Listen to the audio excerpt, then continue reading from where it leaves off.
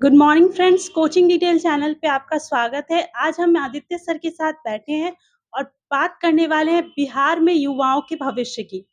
तो मेरा पहला सवाल सर आपसे ये होगा कि युवाओं को बिहार सरकार से क्या-क्या उम्मीदें हैं? Good morning friends, good morning ma'am. सबसे पहले तो मैं आपको ये चीज़ अपडेट कर दूं कि युवा काफ़ी उम्मीद के साथ तेजस्वी सरकार को वोट की थी। उनको लगा था कि 10 लाख रोजगार मिलने वाली है पहले कैबिनेट में, इसलिए उनको ज़्यादा से ज़्यादा वोट किए थे युवा सब। और सबसे बड़ी बात क्या है कि युवा जो वोट किए थे वो जाति धर्म से ऊपर उठकर किए थे। ये नहीं किए थे, उनको कोई तेजस्वी सरकार को स्पेसिफिक कोई किसी कास्ट का वोट नहीं गया था। सभी जो युवा थे वो किसी भी जाति के थे, उन सभी ने तेजस्वी जी को वोट किया था। ये चीज सोच के किया था कि तेजस्वी सरकार आएगी, युवाओं की सरकार होगी, तो युवा के बारे में सोचा जाएगा, 10 लाख रोजगार मिलेगा। युवा काफी उम्मीद के साथ, क्योंकि आपको भी पता है कि 15-17 साल तक आपको नीतीश कुमार है, लेकिन नीतीश कुमार से युवाओं को जितना उम्मीद थी वो कुछ उपलब्धि नहीं मिली, बहाली के खासकर। उसी तरीके से सेंट्रल गवर्नमेंट से भी मोदी सरकार से जितना युवा उम्मीद कर रहे थे उतनी वैकेंसी आई नहीं।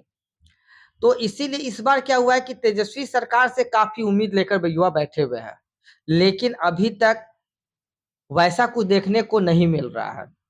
जो पहले की बहाली थी वो बहाली भी अब क्या हो रहा है, किसी कारण से कोर्ट से या सरकार क्या कर रही है, न्यायावली कह के, न्यायावली में संशोधन कह के रद्द कर दे रही है। तो युवा काफी निराश भी हो रहे हैं। आपको पता होगा कि कनीय अभियंता का भी बहाली रद्द हो गया, इधर असिस्टेंट प्रोफेसर का भी कल रद्द हो चुका है। सीनियर अमीन के लिए जो बहाली आई थी बिहार एलआरसी की, वो भी रद्द हो गई थी। उसके अलावा प्रधान शिक्षक के लिए जो बहाली आई थी वो भी दिसंबर महीने में रद्द कर दी गई। मतलब बहाली अभी तक वैसा देखने को नहीं मिला है जैसा तेजस्वी सरकार ने कहा था, लेकिन रद्द जो हो रही है वो काफी वैकेंसी रद्द हो रही है। तो अब सरकार को भी ध्यान युवा पर देना पड़ेगा कि युवा निराश ना हो। जी सर, बिल्कुल। मेरा अगला सवाल ये होगा कि बिहार सरकार में युवाओं के लिए कौन-कौन सी नई बहाली आने वाली है? ये क्वेश्चन आपने अच्छा किया है कि युवाओं के लिए क्या-क्या न्यू वैकेंसी आने वाली है। तो अभी तक जो मुझे अपडेट है मैडम, उसके अनुसार आपको 3 लाख रिक्तियाँ जो है वो एजुकेशन डिपार्टमेंट में सरकार बता रही है। जिसमें आपको प्राइमरी स्कूल भी होगा, मिडिल स्कूल भी होगा, हाई स्कूल भी होगा, यानी कि टीचर। इसके अलावा सरकार बोल रही है कि लाइब्रेरी का भी वैकेंसी निकालने वाले हैं, लाइब्रेरियन के लिए भी, फिजिकल टीचर के लिए भी वैकेंसी आने वाली है। ये सभी 3 लाख में इंक्लूड किया हुआ है। शिक्षक, कंप्यूटर शिक्षक का भी बहाली। अब रहा कि 3 लाख के अलावे सरकार 1,60,000 1.6 लाख आपको स्वास्थ्य विभाग में बोल रही है। तेजस्वी सरकार के स्वास्थ्य विभाग में हम 1,60,000 बहाली देंगे। उसमें आपको नर्स का भी रहेगा, एएनएम रहेगा, ड्रेसर, एक्सरे, डॉक्टर का हो गया। उसके बाद एमबीए जो हेल्थ मैनेजमेंट से किए हैं या हॉस्पिटल मैनेजमेंट से, उनसे। तो इस तरह की जो बहाली है वैसा तेजस्वी सरकार बोल रही है कि 1,60,000 रिक्तियाँ हम निकालेंगे। इंजीनियर्स का अभी तक तो कोई डिटेल से चर्चा नहीं किया, लेकिन ऐसा उम्मीद बच्चे लोग कर रहे हैं जो इंजीनियर्स है कि 25,000 के आसपास इंजीनियर्स की भी बहाली आएगी। पुलिस विभाग में लगभग 1.5 लाख के आसपास बहाली आने वाली है। तो ओवरऑल देखें तो 8 से 10 लाख बहाली की उम्मीद तेजस्वी सरकार से युवा कर रहे हैं। मैं बार-बार बोल रहा हूँ कि ये उम्मीद किया जा रहा है, ठीक है। कब तक आएगी बहाली, या बहाली आएगी तो फॉर्म भरने के बाद पूरा प्रोसेस यानी कि जॉइनिंग तक का प्रोसेस कंप्लीट होता है या नहीं होता है। अब तो युवा को वो भी डर लग रहा है कि जैसे पहले बहाली सब आई थी, आप भी देखे तो 2019 में कनीय अभियंता का, 2022-2020 में आपको असिस्टेंट प्रोफेसर का बहाली आया था। इसके अलावा प्रधान शिक्षक का भी आया था बहाली, बिहार एलआरसी भी आया था। तो स्टूडेंट को लग रहा है कि बहाली तो आ जा रहा है, लेकिन पूरा नहीं हो रहा है। किसी भी कारण से बीच में रद्द हो जा रहा है ज्वाइनिंग के पहले तक। तो अब स्टूडेंट में निराशा तो होगा, ऑब्वियस है। तेजस्वी सरकार बोले कि हम 10 लाख, 8 से 10 लाख बहाली निकाल देंगे, लेकिन बहाली का प्रोसेस कंप्लीट होगा कि नहीं होगा, ज्वाइनिंग होगी कि नहीं होगी, अब स्टूडेंट्स इसके बारे में भी सोचने लगे हैं। तो क्या सर अगले विधानसभा चुनाव में बिना युवाओं के सरकार बनाई जा सकती है?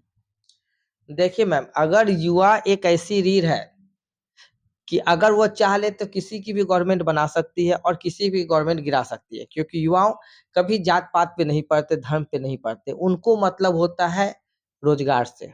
उनको मतलब होता है कि जो बेरोज़गारी है, वो बेरोज़गारी खत्म होनी चाहिए। अब आप मोदी सरकार का ही देख लीजिए, 2014 में जब मोदी गवर्नमेंट आई या 2019 में आई, तो वो युवाओं के कारण आई। युवा ही बढ़-चढ़ कर उनको वोट दिए, जिसके कारण वो पूर्ण बहुमत की अकेली सरकार बनी बीजेपी की, एनडीए की।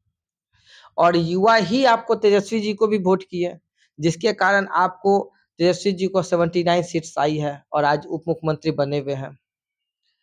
तो बिना युवा के तो सरकार चलाया ही नहीं जा सकता है। अगर तेजस्वी जी से अगर युवा निराश हो गई, तो इसका खामियाजा उनको लोकसभा, विधानसभा में भी उठाना पड़ेगा। और अगर मोदी से भी खामियाजा, अगर मोदी से निराश हो गई, तो उनको लोकसभा में उठाना ही पड़ेगा, ये बात आपको पता ही है। क्योंकि युवा का परसेंटेज आज के समय में काफ़ी ज़्यादा है। ऐसा बताया जा रहा है, जो मेरे पास आंकड़ा है, कि 18 से 35 साल, 40 साल तक के जो है लगभग 40% 45% युवा ही है। जो जिधर वोट करेंगे सरकार, उसी की बनती है, क्योंकि वो लोग जात-पात, धर्म से ऊपर उठकर पोलिंग करते हैं। तो मेरा आखिरी सवाल आपसे यही होगा सर कि तेजस्वी सरकार को युवाओं के बारे में क्या सोचना चाहिए? क्वेश्चन तो अच्छा है कि तेजस्वी सरकार को क्या सोचना चाहिए। तेजस्वी सरकार को सबसे पहले ये चाहिए कि जो विज्ञापन निकाली जाए, उसमें न्यावली प्रॉपर हो, क्योंकि जितनी भी विज्ञापन रद्द हो रही है या रद्द हुई है, ऑलमोस्ट सभी न्यावली के कारण हुई है। तो आप जब न्यावली बनाते हैं, उस न्यावली को अच्छे से देखिए कि न्यावली में कोई एरर ना हो। क्योंकि अगर कुछ एरर रहेगा तो ऑब्वियस है, स्टूडेंट लोग कोर्ट जाएँगे। कोर्ट जाएँगे तो 1 साल 2 साल तक कोर्ट में मामला रहता है, उसके बाद कोर्ट रद्द कर देती है बहाली को, या सरकार विथड्रॉ कर लेती है कि नया विज्ञापन निकालेंगे। तो सबसे पहले तो सरकार को ये चीज़ चाहिए कि युवाओं के बारे में सोचे और सही सोचे, क्योंकि युवा ही सब कुछ करेंगे। अब है ये कि युवा के बारे में पहला तो ये सोचना चाहिए कि प्रॉपर्ली वैकेंसी आए, सही समय पर वैकेंसी पूरा हो। अब देख रहे हैं कि चुनाव होता है, टाइम पे 5 साल पे चुनाव होता है। चुनाव के बाद 2 महीना में 3 महीना में पूरा कंप्लीट हो जाता है, नई सरकार का गठन हो जाता है, लेकिन युवाओं के साथ नहीं है। आज फॉर्म भरे तो 4 साल 5 साल तक प्रोसेस चलता है। तो युवाओं के लिए भी कुछ सोचना चाहिए सरकार को कि सही समय पर विज्ञापन निकाली जाए, एग्ज़ाम सही समय पर हो, रिज़ल्ट सही समय पे आए और सबसे महत्वपूर्ण जॉइनिंग सही समय पर हो जाए। और बिना किसी कोर्ट कचहरी के। इसलिए युवाओं के बारे में सरकार को चाहिए ज़्यादा से ज़्यादा वैकेंसी, जो भी रिक्तियाँ हैं सरकारी डिपार्टमेंट में, उस सभी रिक्तियों को निकाला जाए और पूरा बहाली को पूर्ण किया जाए। तो दोस्तों युवाओं के हित में हमारी ये बातचीत जारी रहेगी। अभी के लिए धन्यवाद।